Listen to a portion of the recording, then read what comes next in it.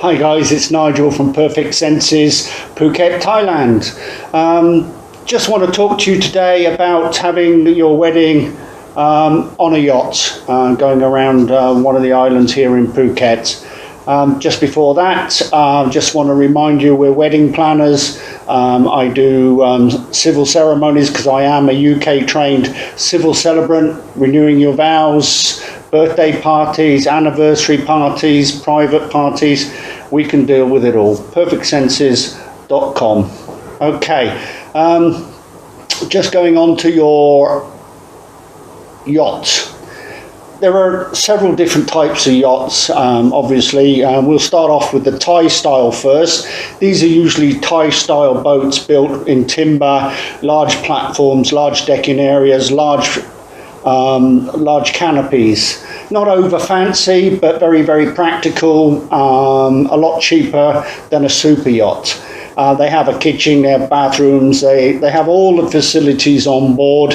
If you want to stay on board overnight, some of them have cabins, so yeah, we can go to visit an island for 24 hours, something like this. That is not a problem. It's all about budget. Yeah, you've got your Thai style yacht, and what we can do is we can go out for, let's say, 5 hours. You can have your wedding ceremony, you can have some light buffet, bit of music, plenty of drink, head on back, and then you can go and have a reception or something back at your hotel or at a restaurant or whatever you want. These Thai boats are pretty slow, but they're nice and steady, and they'll do the job for you, and a lot of people do use them. Then you've got your sort of catamaran type yachts built in fiberglass with the big sails. Not so much room on them. Obviously they can hold a party of, let's say, 20. They've got a chef on board, they've usually got a galley, they've got the facilities. They've got cabins, but not for 20 people.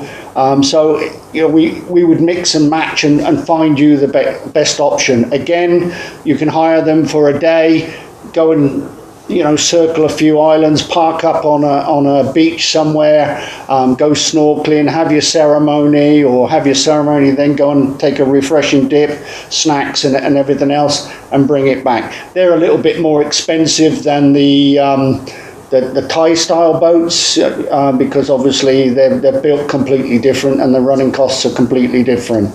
Then obviously you've got your yachts, your motor cruisers, with the beautiful fancy cabins and the beautiful lounge area and a full-on galley and a bar and TVs and all the rest of the facilities. But then you're getting up into the top end of your budget. If it's not an issue, then it's a lovely way to spend a day or a couple of days. It's just going to cost you a little bit of money. They're not cheap. They all only run on diesel or whatever fuel that they're running on these days, and they'll go out and they'll burn up the fuel, and you'll feel like $1 million. Of course you will. Who wouldn't? All right, and you'll have a lovely time, and they can get faster to the further away islands, which are less touristy, beautiful beaches. They'll shelter up in a bay. You can have all your party fun. You can do what you want to do. They can anchor up overnight.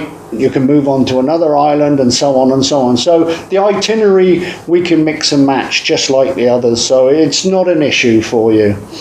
Okay, so it's really down to the style of boat you want, how long you want it for, and your budget.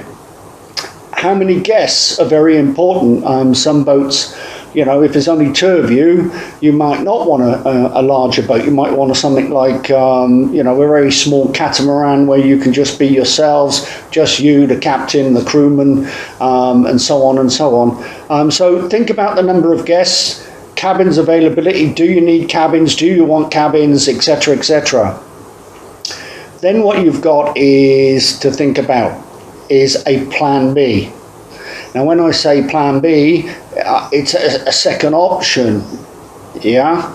Now, if it's raining and you're on the boat, it's not too much of an issue. You can get inside, get out of the rain, or if the wind's too much, you can get in out of the wind.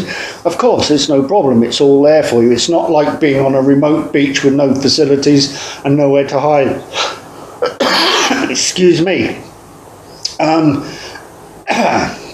So, plan B would be the weather, but the rough weather. If you plan a wedding and you want it on a yacht, you've got to consider the time of year here in Phuket, in Thailand. The wind comes from two different directions depending on what time of the year you want it, and there are areas that boats can't go out on certain days. The waves are just that big, and the government don't allow boats to go out anymore. The ship's captain's not going to risk his vessel, so you need to bear that in mind. Now, if it's high season, starting around about, we're into November now. You can see the old Christmas tree is up. So we're into December. Oh, blimey. The Christmas tree is up, and the weather is beautiful. The wind is up a little bit today, but I think it's still all right for going out on a boat. So really you're looking from the end of November, minimal risk, right the way through till probably March, April. You'll be okay. But there is always that risk that sod's law, the one day you want it to be nice, it isn't. So plan B is, what do? Do you rebook it? Do you reschedule it? Or do you have a plan B and we quickly find you a hotel, knowing that the weather is not going to be good or whatever, or you just take it on the chin and you don't go out, you just spend the time on the boat, which I've known couples to do. They've paid for it, they can't go out very far, so what they do is they still party on the dockside, and a good photographer will get around taking photos of the pier and the docking facilities, and nobody would possibly know. All right, so these are the things you have to consider if you decide that you want a yacht for your wedding. Okay, the cost, crucially important. If you look up on yacht hire, yacht rental, Phuket, Thailand, whatever, you'll see various prices. Now I know that a hotel like Cape Panois, they have their own boat.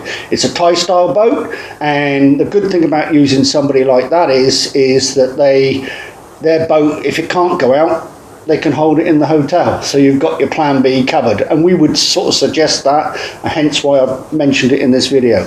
You've got to think about your costs. All right, it can be expensive, and you can do an awful lot with that money if you had spent, or if you do spend it on your honeymoon or on the facilities or an upgrade in the hotel or on your villa, an extra 2 days.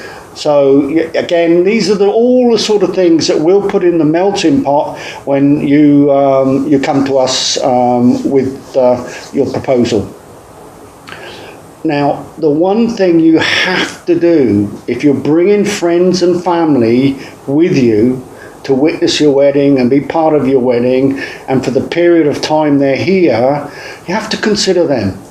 Not everybody wants to be on a boat. And while people think it's a great idea and I'll be all right, I won't be seasick, I'm an ex-diving instructor, and I've seen partners of divers come out on boat and they've said, oh, well, I was fine the last time I went out. They get out there, it's a different type of boat, it moves a little bit differently, and then they start to feel queasy, and before you know it, they're led down, and it can be a bit of an issue. So please, if you decide you want a yacht wedding, think about your guests as well.